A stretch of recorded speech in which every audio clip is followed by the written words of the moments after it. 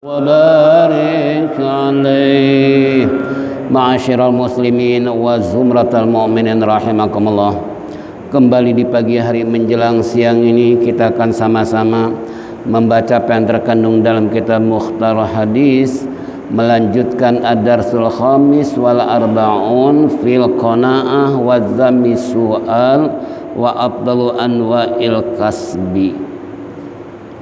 Pelajaran yang ke-45. 47.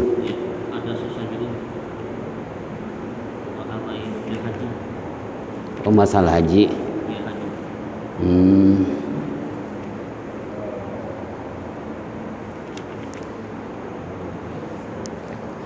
Ad-darsus saminu wal arba'una fil haji. Pelajaran yang ke-48. Iya. 47. Samin itu ke-8. Sab'u ke-7. Ini qala Allah Ta'ala walillahi 'alan nasi hajjul baiti man istata'a ilaihi sabila wa man kafara fa innallaha ghaniyyun 'anil 'alamin. Wakila li Rasulillah sallallahu alaihi wasallam ayyul amali afdalu qala imanun billahi wa rasulih qila summa madza qala al jihadu fi sabilillah qila summa madza qala hajjum mabrur. Wa muslimun an Abi Hurairah radhiyallahu anhu aidan qala khatabana Rasulullah sallallahu alaihi wasallam ya ayuhan nas qad furida alaikumul hajju fahujju. Wa rawahu asy-syaikhan an Abi Hurairah aidan qala qala Rasulullah sallallahu alaihi wasallam man hajja lillahi gham pama yarpusu walam yafsuk raja'a kayumi waladathu ummuh. Wa rawahu asy-syaikhan an Abi Hurairah radhiyallahu qala Rasulullah sallallahu alaihi wasallam al-umratu ilal umrati kama kafaratul lima bainahuma wal hajjul mabrur laisa lahu jazaa'un illal jannah. Shadaqallahul azim wa balagha rasulun nabiyul habibul karim wa nahnu ala dzalika minasyakirin wa syahidna alhamdulillah rabbil alamin. Baiklah hadirin, bahasan kita adalah pelajaran yang ke-47 dalam masalah urusan haji. Sungguh alangkah sayang dan sangat disayangkan kalau haji Indonesia 120.000 seharusnya berangkat tahun ini, namun keputusan pemerintah tidak diberangkatkan alias dibatalkan. Mereka capek-capek nunggu waktu puluhan tahun, belasan tahun atau tahunan, begitu hari haknya seharusnya berangkat tapi tidak berangkat. Namun Allah Maha tahu, karena innamal a'malu binniyat, segala sesuatu memang harus pakai niat. Walaupun tidak diberangkatkan, insyaallah hajinya sudah. Inilah hadirin jamaah rahimakumullah bahasan kita. Apa yang jadi landasan pelajaran ini? Musannif telah mengutip dalam sebuah ayat, qala Allah Ta'ala, telah berfirman Allah Subhanahu wa taala, walillahi 'alan nas hajjul bait man istata'a ilaihi sabila wa man kafara fa innallaha ghaniyyun 'anil 'alamin. Wajiblah bagi manusia, kata Allah, untuk apa hajjul baiti, yakni menunaikan haji ke Baitullah, namun syaratnya manistata'a ilaihi, bagi mereka yang mampu, sabila dalam perjalanannya, wa man kafara, maka barang siapa yang ingkar, artinya yang tidak mau haji padahal dia mampu, fa innallaha ghaniyyun 'anil 'alamin. Ingat, sesungguhnya Allah maha kaya dari sekalian alam. Nah, ini perintah haji ini tentunya adalah bukan semenjak zaman Nabi kita Muhammad sallallahu alaihi wasallam, semenjak Nabi Allah Ibrahim alaihissalam pun, bahkan sebelumnya pun malaikat para nabi pun menunaikan haji. Namun titah ini tentunya kepada baginda Nabi kita Muhammad sallallahu alaihi wasallam setelah beliau diangkat menjadi nabi dan rasul serta diperintahkan berdasarkan ayat ini. Nah, makanya bagi umat Rasulullah sallallahu alaihi wasallam haji itu adalah wajib walaupun seumur hidup cuma sekali. Sunnahnya 5 tahun sekali. Tapi terbentur dengan aturan untuk Indonesia tidak bisa 5 tahun sekali, tapi harus 10 tahun sekali. Ini prosedurnya begitu, ya. Jadi kita 5 tahun yang lalu daftar malah tahun ke-6 itu nggak bisa, harus 10 tahun. Coba, ini tahadus minimah. Waktu saya mau daftar ditanya, ini Bapak udah haji tahun berapa? Tahun 2011. Wah, berarti Bapak harus nunggu tahun 2021. Loh, kan sunnah Rasulullah 5 tahun. Ini Rasulullah, tapi aturan Indonesia pemerintahnya adalah 10 tahun sekali. Bapak berarti belum bisa daftar. Coba, sedangkan istri kan pengen dengan kita. Tapi saya pikir, lalu gimana kalau saya tahun 2021 daftar, istri sekarang? Gimana solusinya? Bisa nggak saya bareng dengan istri? Bisa. Karena Bapak mengusulkan dengan istilah bahasa Arab namanya mahram.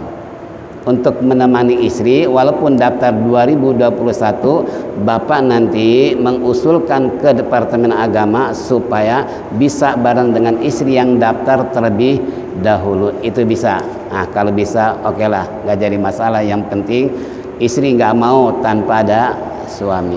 Dan kita pun suami tentunya merasa nggak nyaman walaupun banyak jamaah yang lain. Ini contoh. Jadi makanya jangan kaget kalau bapak-bapak ingin daftar ulang kembali, itu aturan prosedurnya 10 tahun nunggu. Padahal sunnah Nabi 5 tahun sunnah. 5 tahun ke depan kita haji. Nah sekarang lalu gimana kalau kita ngaji? Ya minimal umroh lah, ya, untuk melaksanakan, yakni memandang Ka'bah yang luar biasa, menjadi takjub buat kita semua, sehingga tak ada seorang pun yang tidak bisa nangis apabila sudah berhadapan dengan Ka'bah. Itulah keistimewaannya. Nah, makanya buat kita ini dengan syarat adalah orang haji tadi mampu bukan dalam artian duitnya doang, ya, tapi mampu dalam segala-galanya, mampu dalam keadaan fisiknya, mentalnya, apalagi Indonesia. Kalau menurut dibandingkan dengan tahun-tahun sebelumnya, itu alangkah mudah tahun yang dulu. Makanya pas saya tahun 2011, 2 tahun kemudian aturan nunggu 10-20 tahun. Waktu saya cuma 2 tahun langsung bisa berangkat. Sekarang puluhan tahun, ya. Nah ini kembali buat. Nah sekarang kenapa kemampuan ini? Mereka mampu uang, tapi kondisi nggak mungkin. Contoh sampai sekarang orang yang meninggal dunia. Saya punya jamaah, suaminya berangkat, istrinya hamil, padahal hamilnya itu baru 6 bulan. Sedangkan kalau orang dulu pengen lahir di Mekah, mendambakan anaknya supaya lahir di Mekah. Jangan lahir, bila perlu mati pun di Mekah. Tapi prosesi tentang perubahan masalah pemeriksaan, jangankan 6 bulan, 4 bulan pun dalam kondisi hamil itu tidak diperkenankan haji. Coba sampai meninggal orang, ya. Nah siapa yang tanggung jawab? Itu kan. Nah ini, atau kesehatan yang dianggap istilahnya berbahaya, padahal bahaya atau tidak, kalau orang haji kan itu jihad, berjuang di jalan Allah. Kalau orang udah berjuang di jalan Allah dengan niat dan tekad bulat, tentunya Allah nggak akan membiarkan, pasti Allah akan bantu, akan tolong, kan gitu.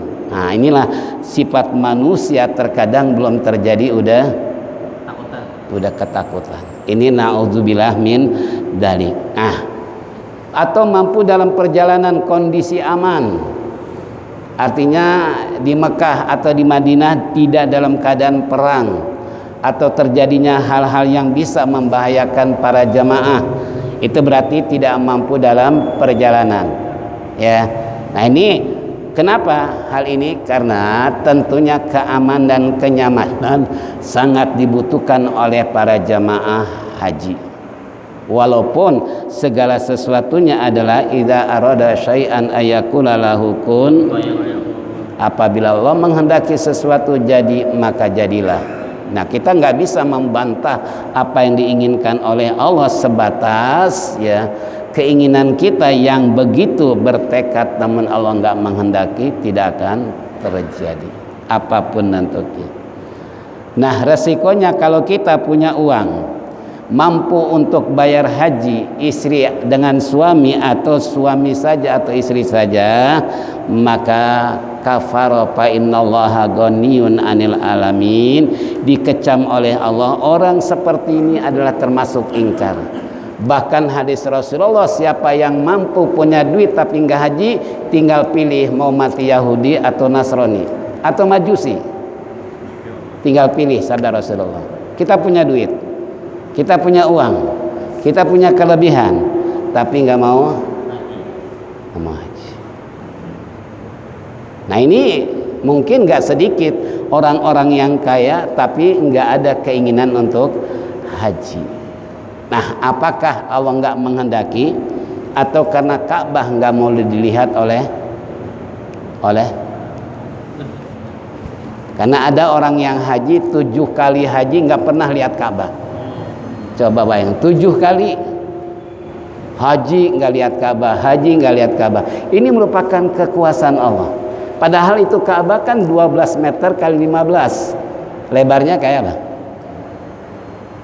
Kalau bahasa kita ngejogrok di depan kita, tapi Allah nggak menghendaki bagi hambanya untuk melihat Ka'bah. Wallahu alam, sampai 7 kali, 8 kali baru dia minta saran sama Ustadz. Kata Ustadznya, cobalah tobati dulu. Kalau memang penasaran, silakan nanti berangkat lagi. Yang ke-8 baru lihat. Coba, kira-kira kayak apa? Nah, malah ada banyaklah cerita. Orang sampai di sana percis di seputar Ka'bah itu percis kayak comberan, air kotor, sehingga tidak mau untuk turun ke arena Ka'bah. Coba kira-kira kayak apa? Bahkan saya waktu ceramah di Pondok Gede, bimbingan haji, ya, saya pulang ada bapak-bapak, dia bilang gini, Pak Haji, saudara saya semua udah haji, tapi saya belum. Loh, kenapa kok belum? Saya takut. Takut kenapa? Karena kata orang, perbuatan di Indonesia akan dibalas di dunia ketika pergi haji. Saya ini abri. Ini kalau ada maling, ada pencuri, ada apa saja, habis diinjak-injak, ditendang sama saya, ditampar segala macam. Konon kata orang kalau pergi haji, dia takutnya rupanya dibalas seperti perbuatannya sendiri. Saya bilang, Masya Allah, jangan Pak, Bapak mendingan babak pelur dipukulin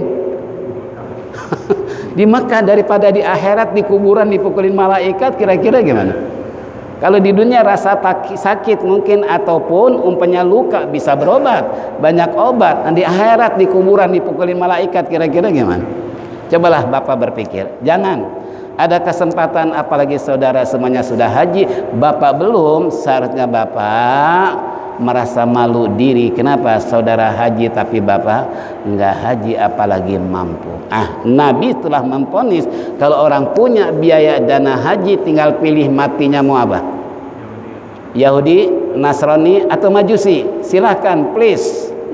Kalau kita mampu tapi kita enggak mau, nih naudzubillah min, nih makanya bapak-bapak yang punya duit buru-buru daftar DP 25 juta.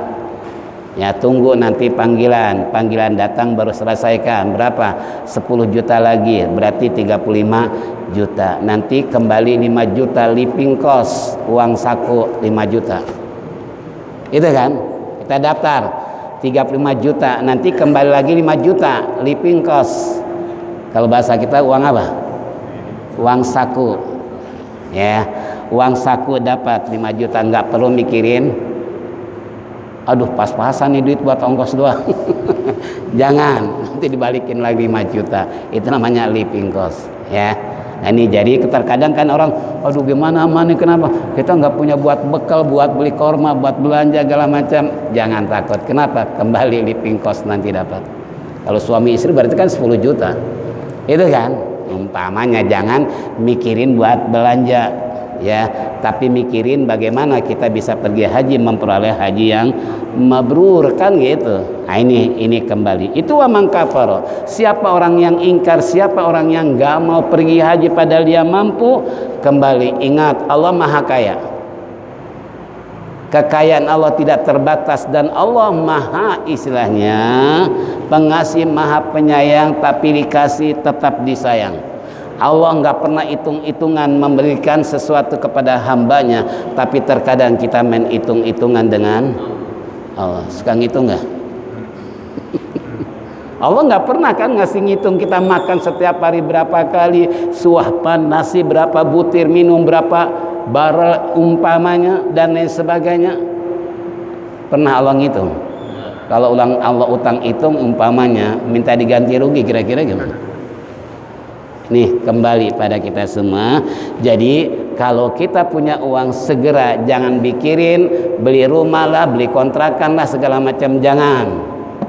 Kalau belum pergi haji. Kenapa? Ya tadi, wa man kafara, siapa orang yang kafir, siapa yang ingkar untuk menunaikan haji, ingat Allah itu Maha Kaya. Kekayaan ente paling berapa ratus juta sih? Katakanlah dapat pensiun 1 miliar, belanja ini belanja itu, sehingga untuk daftar haji habis. Jangan seperti itu. Kenapa? Ingat, itu semua amanah Allah, ya.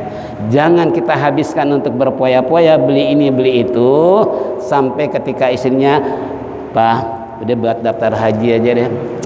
Dia gampang haji mah. Nafsu semakin berkobar, nafsu semakin kencang. Kita kan memperluas ekonomi, Bapak kan pensiun nih.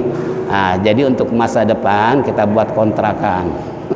Ceritanya nih, buat sewaan. Dia nggak berpikir kalau besok dia bakal mati. Itu kan? Nah, yang kita pikirin ini tadi, apa yang perintahkan Allah tunaikan, ya. Karena tidak ada cerita orang yang haji miskin, nggak ada. Malah semakin asal hajinya haji mabrur, haji yang benar, gitu. Bukan niat karena ria, karena ingin dipuji orang dan sebagainya, sok-sokan, bukan, ya. Inilah ayat yang pertama bahasan tentang masalah yaitu wajibnya pergi haji. Wakil ali Rasulullah sallallahu alaihi wasallam, ditanya Rasulullah sallallahu alaihi wasallam oleh sahabat, ayul a'mali afdalu, amalan apa yang paling utama ya Rasulullah? Qala, yang pertama imanun billah wa rasulih. Kila summa maza, qala al jihadu fi sabilillah. Kila summa maza, qala hajjum mabrur. Rasulullah ditanya oleh sahabat, perbuatan apa sih yang paling afdol? Pekerjaan apa sih yang paling utama? Jawab Rasulullah, pertama adalah imanun billah wa rasulih, percaya kepada Allah dan Rasulnya. Nih, satu. Jadi nggak ada tuh perbuatan yang paling utama kecuali beriman pada Allah, beriman pada Rasulullah, percaya kepada Allah, percaya kepada Rasulullah.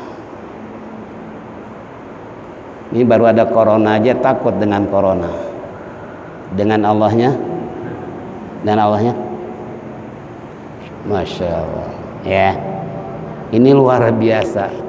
Untuk apa? Kan sering saya katakan, kita ibadah setiap hari, kok dengan corona malah takut? Dengan Allah seakan-akan Enggak takut. Begitu mengkecam dia punya hatinya, was-was takut kena corona. Kena atau tidak urusan siapa? Yang penting aturan. Nah, tapi kalaupun kena juga, ya itu kehendak Allah kan gitu. Usaha dijaga perlu, tapi kalau kena juga, ya memang itulah. Nah, kalau kita takut dengan corona, matinya mati apa? Hah? Kalau kita takut dengan Allah kan mati husnul khotimah, tapi kena takut dengan corona, mati apa? Su'ul khotimah. Na'udzubillah min dzalik. Nih, tolong pada kita semua bahwa yang pertama adalah percaya. Bahkan kata Allah dalam Al-Quran, di sana dikatakan orang yang beriman kepada Allah Subhanahu wa taala summa lam yartabu wajahadu fisabilihi bi amwalihim wa anfusihim ulaika humus shadiqun, kata Allah. Itu orang innamal mu'minuna alladzina amanu billahi wa rasuli summa lam yartabu.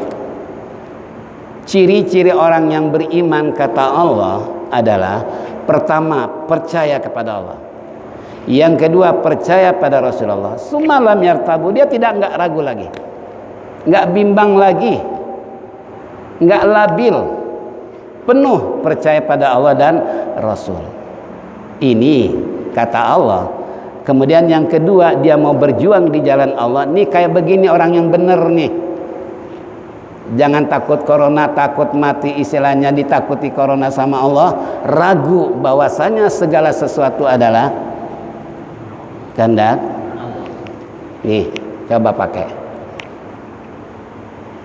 Jangan ngikutin hawa nafsu. Ya. Kembali buat apa kita hidup? Ya, yukhrijul hayya minal mayyit wa tukhrijul mayyita minal hayy. Allah menghidupkan kita, akan mematikan kita akan menghidupkan kita. Ini prosesi kehidupan manusia akan terjadi seperti itu. Kalau nggak percaya, buktikan aja sekarang. Kita sekarang hidup, besok mati, kemudian dihidupkan lagi, kemudian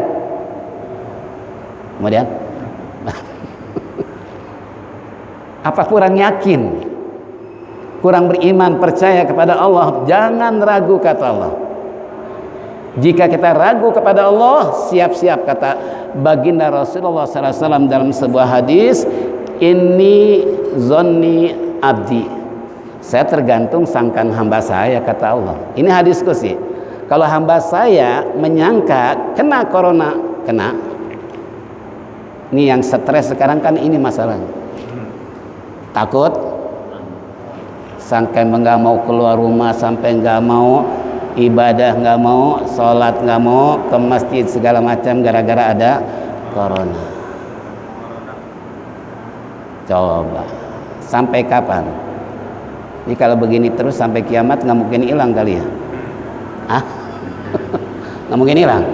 Habis segala sesuatu penyakit corona melulu. Makanya kemarin ada wawancari, udah jangan bikin corona deh, ribet. Kenapa? Makin tambah terus soalnya. Kan ada orang Betawi gitu kan, diwawancari, udah terus bikin corona, ribet bukan apa-apa. COVID-19, capek mikirannya, capek lihatnya. Ya kalau pikir benar juga sih, benar nggak nih? Itu orang Betawi asli yang ditanya. Ya Allah. Bisa jalan-jalan, Hah? Apalagi jalan-jalan, lo ke masjid aja takut, boro-boro jalan-jalan. Kita kan masjid aja bang, takut. Masya Allah, luar biasa ini. Di mana keimanan kita? Kalau Allah mengatakan summa lam yartabu, kemudian mereka tidak ragu lagi dengan janji dan kebenaran Allah. Kemudian mereka yang mau berjuang di jalan Allah. Nih kalau udah berjuang di jalan Allah, konsekuensinya tentunya jaminan dari Allah adalah kan surga. Kita berjuang, mau sholat ke masjid berjamaah, jihad bukan? Sekalipun mati kena corona, mati apa? Syahid, surga kembali. Itu janji Allah. Itu kan? Tapi kenapa kita masih ragu? Kenapa kita masih bimbang? Begitu takutnya dengan corona, tapi dengan Allah yang sudah dijanjikan oleh Allah masih belum percaya. Nih, na'udzubillah min dzalik. Memang masih banyak masjid yang lockdown, masjid talim pun masih ada yang belum dibuka. Ini saya pribadi. Nah, ini kembali buat kita semua. Loh, kenapa? Itu takut belum aman, dianggap belum. Ya kalau nungguin aman sampai kapan? Itu kan. Sementara kalau lihat TV, lihat berita tambah pelulu. Apa nggak mungkin stres kita mikirin corona? Sampai membuat malas untuk apa? Untuk ibadah. Masya Allah, pikirin corona. Sampai-sampai ada ibu-ibu kemarin, dia sakit, bawa air, tapi bukan kepada saya, kepada jemaah yang lain.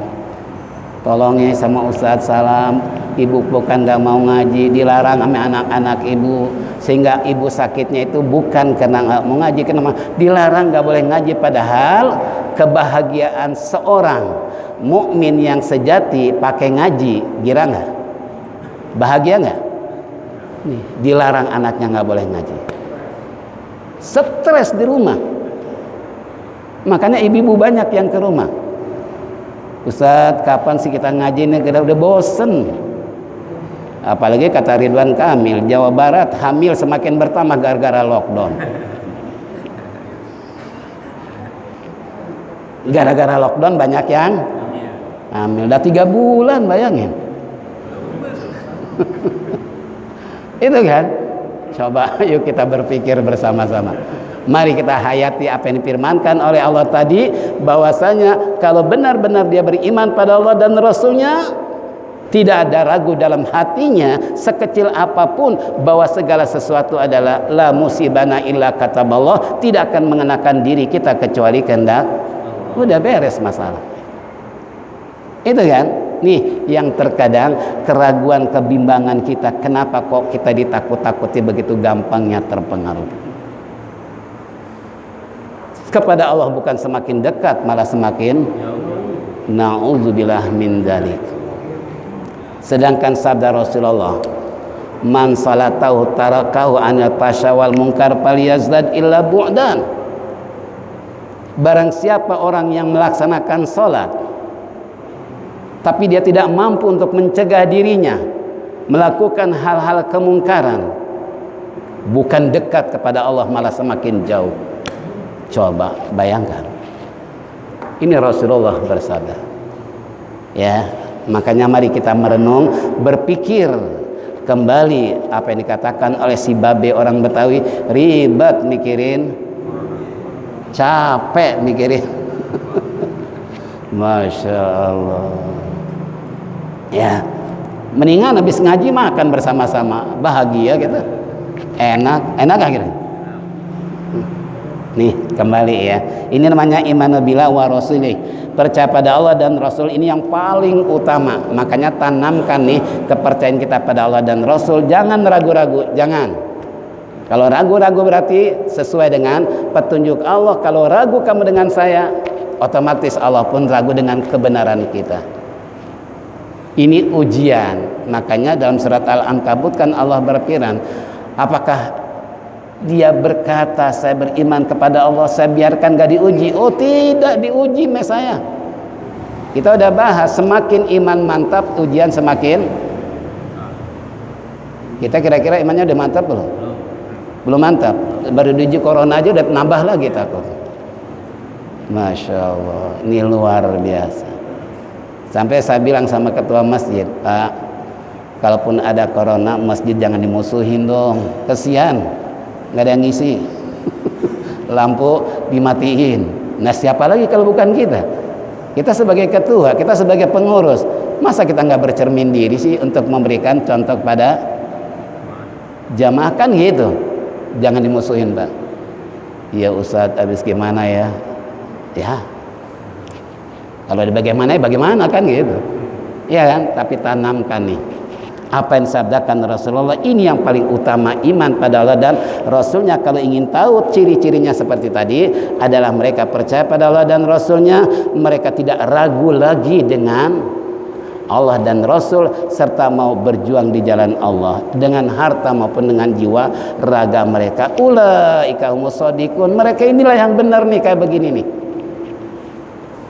Bukan kita berat kata sok istilahnya overacting, wah belagu banget, nggak bakalan kena segala macam. Ada penaluknya, ada penangkalnya, ada mbahnya. Itu kan? Ya, ini kembali buat kita semua. Jadi kita bagaimana upaya ini sekarang untuk mempertahankan iman yang lebih kuat dan mantap. Ke depan tantangan lebih hebat lagi. Makanya kemarin saya khotbah di Komplek DKI.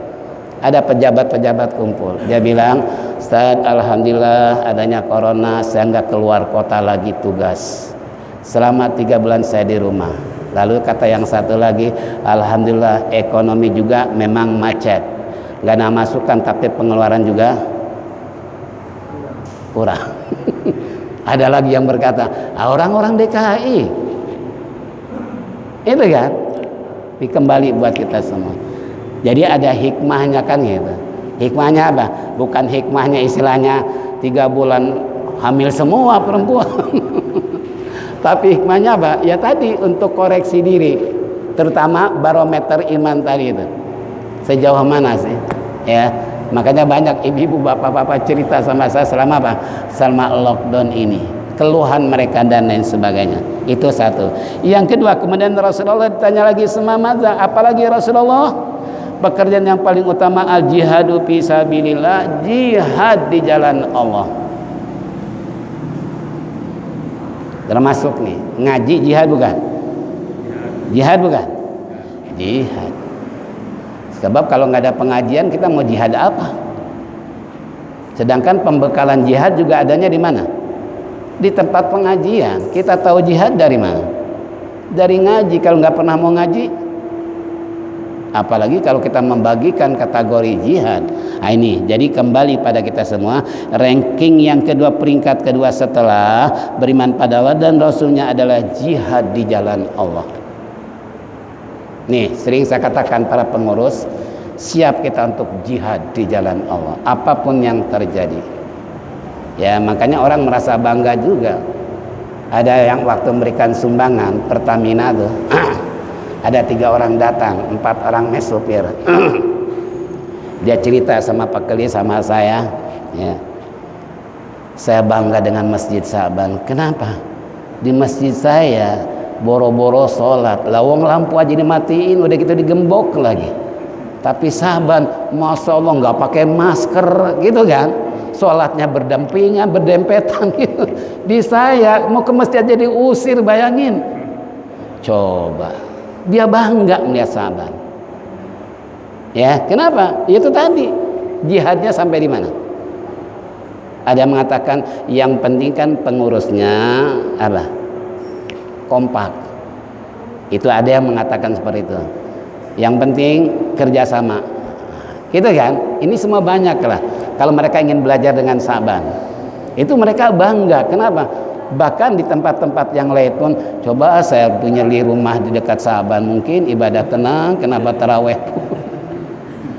Coba, ini jadi contoh dengan adanya Quran, ada hikmahnya Saban, ya termasuk imamnya ada orang Yaman, bayangin. Kalau mereka dengar cerita, dari Yaman, Ustaz gimana ceritanya itu? Itulah Allah, saya bilang. Ya, itu Allah yang melakukan semua ini. Coba kalau kita takut nggak kompak pengurus, ada orang nyaman di sini, kira-kira gimana? Apa udah pot-potan pikiran kita? Ya Allah, makanya Said Aziz ketika tanya, Khairul Anwar bilang, "Ane nitip nih ya, Habib Soleh nih untuk itikaf di sini. Gimana Ustaz?" Udah terima aja, kenapa? Lah wong mau ibadah. Kita yakin kan? Kenapa? Karena Allah segala sesuatunya. Dia pun kan ujug-ujug datang ke sini emang diundang. Kan nggak ada. Emang disuruh juga enggak. Tapi hebatnya begitu sampai di sini nggak mau pulang, kan hebat itu. Biasanya orang pikir-pikir dulu kan. gue di kampung orang, di negara orang yang bahasanya beda kan gitu, makannya juga dia kan nggak berpikir lagi, spontan itu. Begitu masuk ke sini cerita sama Khairul Anwar, kenapa saya nggak mau ke sana lagi deh, kenapa 2 bulan nggak keluar musola, di musola melulu. Sampai di sini Masya Allah, ini kan luar biasa ya. Doanya dan sebagainya membantu kita masyarakat Islam yang ada di Indonesia. Makanya ketika saya ditelepon, saya ada di kampung mau pulang, Habib telepon, Ustaz, Habib mau pulang di jam 9. Aduh gimana Habib, ente kenapa nggak bilang kemarin? Mungkin aneh agak pulang tadi habis subuh supaya keburu melepas beliau. Tapi ada apa? Ada ini nggak? Ada pesan, ada 5 saya bilang. Tolong sama Habib katakan nanti kalau pulang ke Yaman bertemu dengan Habib Umar Al-Hafiz, karena beliau sudah tahu nama Sa'ban. Ya, ketika dicari muridnya ini di Yaman, di Darul Mustafa nggak ada. Sama dia udah informasi tahu ada di mana? Di Bintaro ya, di Khairul Anwar. Ditelepon, di mana tuh Habib Soleh? Di Sa'ban. Sa'ban di mana? Di Kemayoran. Kemayoran di mana? Wow. Perhatikan batin ada kontak dengan Habib Umar itu kan. Nah, makanya saya bilang salam, karena biasanya Habib Umar nih kalau kita ke rumah dia, ke negara dia, dia pun bisa membalas. Ya, makanya Habib bilang salam ke Habib Umar, karena ketua yayasan ini pernah ke Yaman, pernah makan di rumah beliau, dijamu oleh beliau, dikasih 10 macam hadiah kitab oleh beliau. Tolong salam dari ketua yayasan dan jamaahnya. Insya Allah aneh sampai nanti. Itu salah satu pesan saya. Kenapa? Ya karena buat kita semua kedatangan seorang waliullah yang luar biasa, mendunia, yang disebut dengan 1 miliar umat. Bukan 1 juta umat lagi, tapi 1 miliar umat. Ini cerita sedikit beliau. Waktu saya di Oman, kan dari Salalah, dari Mekah, Madinah, Salalah, Oman, baru Yaman, 5 negara. Nah, sampai di Salalah ini, begitu saya duduk di kapal, karena saya duduk di samping kanan saya Kiai Kamal Yusuf, samping kiri saya Kiai Mahfud, didampingi Kiai saya di tengah-tengah. Kemudian ada Habib Umar di depan. Di mana? Tadi saya lihat sepintas, dia kelas IV gitu kan. Masya Allah, kok aneh nggak lihat sih? Tadi, coba kita turun nanti. Begitu turun dari bandara, aneh duduk dekat dia, dekat Habib nih persis. Saya baru nengok ke arah sana, beliau sudah ada di tangga, padahal ditutup pakai kaca. Saya baru nengok ke teman doang, lihat, maksud saya minta dipoto gitu kan. Tahu-tahu saya nengok, loh kemana Habib? Saya lihat, loh udah di atas di sana. Coba, kira-kira gerakan dia berapa lama? Ya, apalagi yang jemput supirnya sendiri, bawa mobil, supirnya sendiri, perjalanan 15 jam antara Oman ke Yaman, itu melalui daratan, gurun Sahara, 15 jam bayangin. Nah kalau dia cuma berdua, kira-kira berapa jam datang ke sana? Kalau kita naik naik rombongan itu 15 jam. Kalau beliau begitu setar langsung sampai. Masya Allah, ini Habib Umar ya, subhanallah. Ya, luar biasa. Ini kembali. Jadi yang kedua jihad, termasuk nih ngaji, termasuk sholat berjamaah, itu termasuk jihad. Mencari duit juga buat nafkah termasuk jihad, gitu kan? Nah ini makanya manfaatkan, apalagi kita di rumah punya kewajiban terhadap keluarga, kewajiban cari nafkah, ditambah mengurusin masjid, ditambah mengurus yayasan, apa nggak banyak nih jihad? Banyak nggak nih? Banyak kan? Allah sudah menjanjikan al-jihadu fi sabilillah fina lanahdiyannahum subulana. Kalau orang berjuang di jalan Allah itu sudah berada dalam koridor Allah yang akan memberikan petunjuk. Tuh, makanya kalau bicara masalah berjuang jalan Allah jangan takut. Jangan ngeper. Jangan mundur apapun benturannya. Itu kan? Apapun senggolannya. Jangankan genteng, batu bata, batako dipukul kita. Berjuang jalan Allah jangan, apalagi baru omongan doang. Jangan kesel, jangan jengkel, jangan ngambek. Bahasa sekarang ngambek. Jangan, awas, jangan. Ya, itu ujian buat kita semua. Kalau kita mundur dari jihad, al-haram.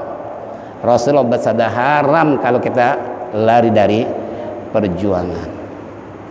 Seharusnya kita bangga kan, senang jadi pengurus. Kenapa? Walaupun tadi tantangannya cukup. Karena itu tantangannya di situ. Kalau ingin masuk surga tantangannya itu loh. Makanya kalau kita nggak ada tantangan, perjuangan kita nggak ada. Justru ada tantangannya itu. Makanya tantangannya ini macam-macam, melalui gosipnya, melalui segala macam dan sebagainya. Orang nggak suka, kenapa? Karena kita benar. Itu biasa. Jadi makanya tolong para pengurus ini jangan lari dari perjuangan, apalagi mengundurkan diri ya, cemen banget, kecil banget pikirannya. Kenapa? Itu tadi. Itu anggap aja, oh ini baru segini. Rasulullah kayak apa sih berjuang di jalan Allah, jihad, dilemparin batu gitu kan, sampai berlumuran darah, dia copot giginya segala macam, dibilang gila segala macam, tapi Nabi nggak mundur dari apa? Itu contoh buat kita semua. Makanya kita pun sama, kalau bertekad bulat ingin memajukan, memakmurkan masjid hanya karena Allah, jangan karena, sebab kalau karena manusia kesenggol sedikit ngambek, kesenggol sedikit buru-buru pengen mundurin diri. Jangan, ya, jangan. Kita wakafkan diri kita hanya untuk Allah, bukan untuk manusia. Jangan.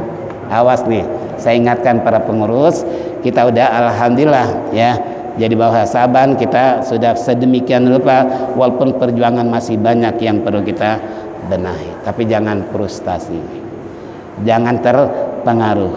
Yang ketiga, kila sumamada ya Rasulullah.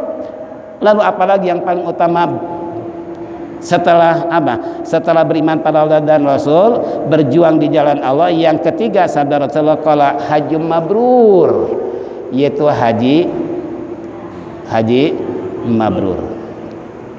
Haji mabrur itu artinya haji dalam 3 kategori, qablahu, indahu, wa ba'dahu. Sebelum haji ini orang kayak apa perbuatannya? Lalu di saat menunaikan haji apa yang dia kerjakan? Setelah haji ada nggak perubahan? Nah, ciri-ciri haji mabrur itu di saat sebelum haji orangnya sosial, orangnya mau jihad di jalan Allah, orangnya macam-macam sifat terpuji sudah ada. Di Mekah, di sana dia bisa jaga diri untuk tidak melakukan wala rafasa wala fusuqa wala jidal bil hajj. Nanti setelah sana perubahan ibadah semakin kenceng, bukan semakin kendor. Pak Haji kayaknya subuh nggak pernah kelihatan. Iya, aneh kesiangan terus nih. Habis nggak bisa tidur cepat. Kenapa? Apalagi kalau udah bola. Aneh lebih baik nonton bola. Masya, ini kira-kira ada nggak perubahan nih? Untuk mencapai haji mabrur masih jauh kemudian gini. Kenapa? Haji mabrur tadi ada perubahan sebelum, ketika maupun setelah, ada perubahan dalam ibadah makin kenceng, bukan makin lambat. Kita jangan pengen pakai peci hajinya doang dipanggil Pak Haji. Tapi mencapai haji mabrurnya, tolong nih calon-calon. Setelah haji buktikan. Orang lain belum datang, bila perlu kita udah dipanggil Pak Haji, datang duluan. Tapi sorban ingat dipakai nih. Di sini sunnah kata Nabi, jangankan sorban, apa saja ketika sholat tempelkan di pundak kita, itu sunnah, dapat pahala. Jadi bukan jangan berarti kita ini haji atau takut dipanggil ustadzah pakai sorban. Jangan, sunnah Nabi kalau sholat cantelin, kalau bahasa kita nih, di pundak kita apa saja. Kalau orang dulu anduk malah, karena sholatnya di sawah. Orang dulu ya, kadang pakai sarung kita, memang sunnah itu. Apalagi pakai imamah, jadi double 70% kita dapat pahala antara orang yang pakai imamah, pakai sorban dibandingkan dengan mereka yang nggak pakai apa, itu ada nilai plus. Makanya walaupun cuma nyangkut di sini doang, udah pakai aja tuh. Masya Allah, ya. Nah ini apalagi kita udah haji tadi kan, batahadus binimah, kita pakai apa? Seperangkat alat-alat haji. Nah ini contoh. Jadi itulah kalau ingin mendapatkan haji mabrur 3 tadi, sebelumnya, di saat hajinya maupun setelah haji. Yang ketiga, yang terakhir, qala Rasulullah di sini qala khatabana Rasulullah sallallahu alaihi wasallam qala ya ayuhan nas qad farida alaikumul hajju mahajju. Ketika Rasulullah berkhutbah, berceramah di hadapan para sahabat, beliau bersabda, ya ayuhan nas, hai segenap manusia, hai orang-orang, hai para sahabat, qad farida alaikumul hajju fahajju. Sungguh Allah telah mewajibkan, mempardukan kepada kita untuk haji, fahujju, ayo haji. Apalagi kalau di sekitar sana kan cukup pakai jalan kaki. Makanya turun ayat wa tazawwadu fa inna khairaz zadi taqwa. Bekal yang paling baik adalah takwa. Kenapa? Kalau pergi haji tak usah mikirin tak usah mikirin ini segala macam, jangan. Sampai saya punya teman beli karpet 3, malam orang ada, dikirim melalui apa namanya, Argo ya, dikirim. Wah, Argo kan tahu sendiri ngomongnya pintar rayuan. Sampai di Indonesia, rupanya ini karpetnya ini bukan ditaruh di gudang, ditaruh di kebun pisang. Ya habis dimakan tikus. Dia cerita sama saya, Ustadz, yang waktu sama Ustadz saya beli, saya juga memang beli itu karena kenang-kenangan. Ya kalau saya amparkan lebaran tuh, itu karpet dari Mekah asli. Nah itu cerita, Ustadz nggak taunya aneh periksa karena udah beberapa hari ini, beberapa minggu nggak datang. Saya pengen tahu di mana nih alamatnya. Nggak taunya di kebun pisang ditaruhnya. Begitu saya periksa, makan tikus. Ya pakai nginep tikus. Masya Allah, ini contoh. Jadi makanya tolong kalau haji itu jangan pakai macam-macam deh. Sedangkan kan beratnya cuma 32 kilo ya, nggak boleh lebih kan. Lebih tas nggak dibawa gitu ya. Tapi zaman sekarang bil pulusnya mulus. Saya waktu itu 34 kilo kan, lebih nggak dibawa tuh tas saya tuh. Saya cari teman saya sebagai karonya.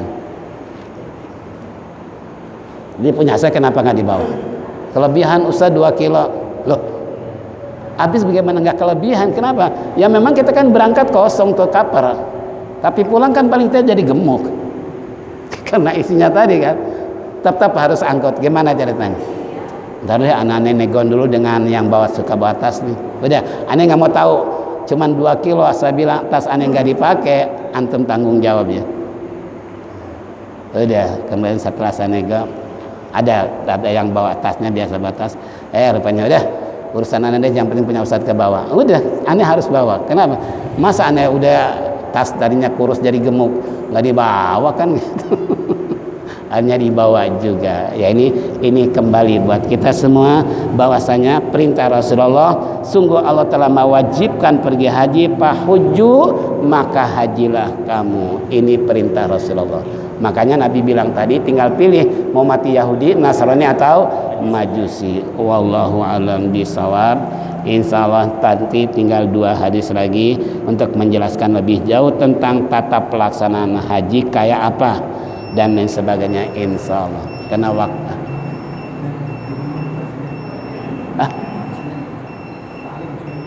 subuh Senin. Siapa yang